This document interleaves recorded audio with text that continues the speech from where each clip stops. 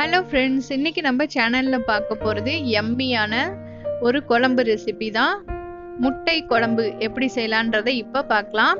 அதுக்கு ஒரு வெங்காயம், ஒரு தக்காளி, ஒரு 15 பல் பூண்டு எல்லாத்தையும் எடுத்து நல்லா வாஷ் பண்ணிக்கோங்க.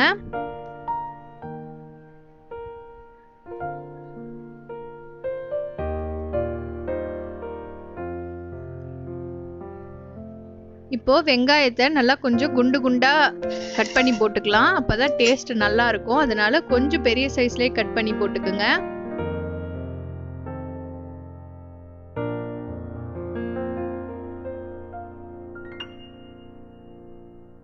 தக்காளி நல்லா வதங்கி இருக்கிற இடம் தெரியாம போறதுக்காக கொஞ்சம் குட்டி குட்டி சைஸ்ல கட் பண்ணிக்கலாம். அப்பதான் அது நல்லா வதங்கி இருக்கிற இடம் தெரியாம இருக்கும்.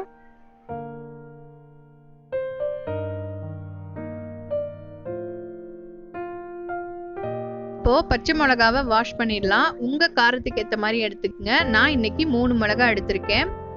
ஒரு கடாயில நல்லெண்ணெய் இல்லாட்டினா கடலெண்ணெய் யூஸ் பண்ணிக்கோங்க.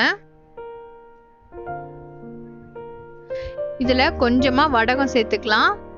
வடகம் நல்லா பொரியணும். வடகம் பொரிஞ்சதுக்கு அப்புறமா நம்ம வாஷ் பண்ணி வச்சிருக்க பூண்டை சேர்த்துடலாம்.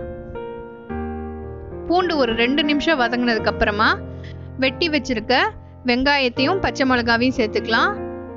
இதை ஒரு 2 நிமிஷம் வதக்கிக்குங்க.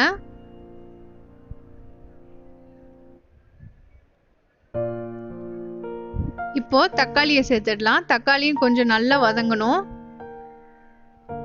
இது நல்லா வதங்கிறதுக்காக கொஞ்சமா உப்பு சேர்த்துக்கலாம். மஞ்சத்தூள் கொஞ்சம். இப்ப காரத்துக்கு ஏத்த மாதிரி மிளகாய் தூள், அதாவது குழம்பு மிளகாய் தூள்.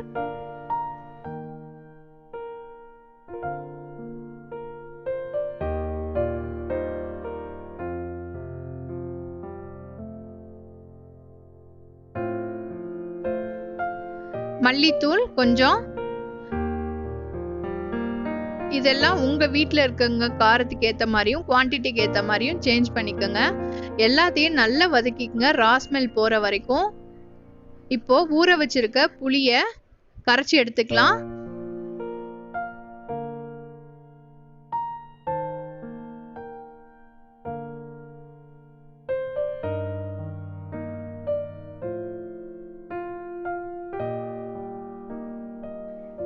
இப்போ வதங்கின அந்த வெங்காயம் மிளகாய் தூள் மிக்சர்ல புளி தண்ணியை சேர்த்துடுவோம். புளியை எப்பவும் ஊற வைக்கிறதுக்கு முன்னாடி ஒரு வாட்டி நார்மலா கழுவிட்டு அப்புறம் தண்ணி ஊத்தி ஊற வைங்க. மண்ணெல்லாம் கம்மியா இருக்கும், அதுக்காக தான் சொல்றேன். இப்போ இது நல்லா கொதிக்கணும், அந்த ஸ்மெல் போற வரைக்கும்.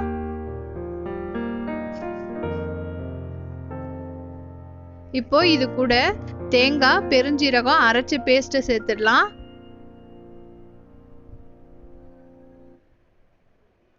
இதை ஒரு 2 நிமிஷம் மூடி வைப்போம், அந்த ரா ஸ்மெல்லாம் போற வரைக்கும். பாருங்க நல்லா கொதிக்க ஆரம்பிச்சிருச்சு.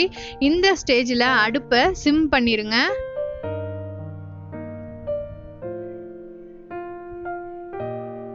அடுப்பை சிம்ல வச்சதுக்கு அப்புறமா எங்க 4 பேருக்கு ஒரு முட்டையை இதுல உடைச்சு விட போறேன்.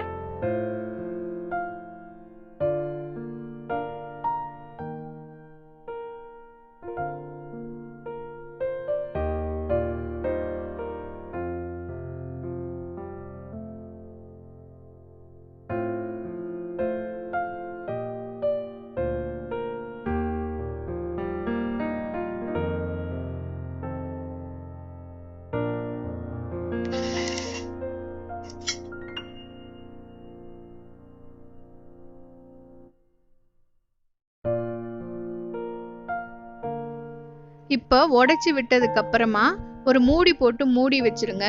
கரெக்டா ஒரு 2 நிமிஷம் வெந்தா போதும், அதுக்கு மேல வேக வைக்க வேண்டாம். சிம் ஃப்ளேமே யூஸ் பண்ணுங்க. அடுப்பை ஆஃப் பண்ணிட்டு இப்போ நான் ஓபன் பண்ணி காட்டுறேன் பாருங்க. இந்த நேரத்துல கருவேப்பிலையை சேர்த்துக்கலாம். அவ்வளோதான். இப்போ சிம்பிளா சூப்பரா ரெடி ஆயிடுச்சு நம்மளோட முட்டை குழம்பு.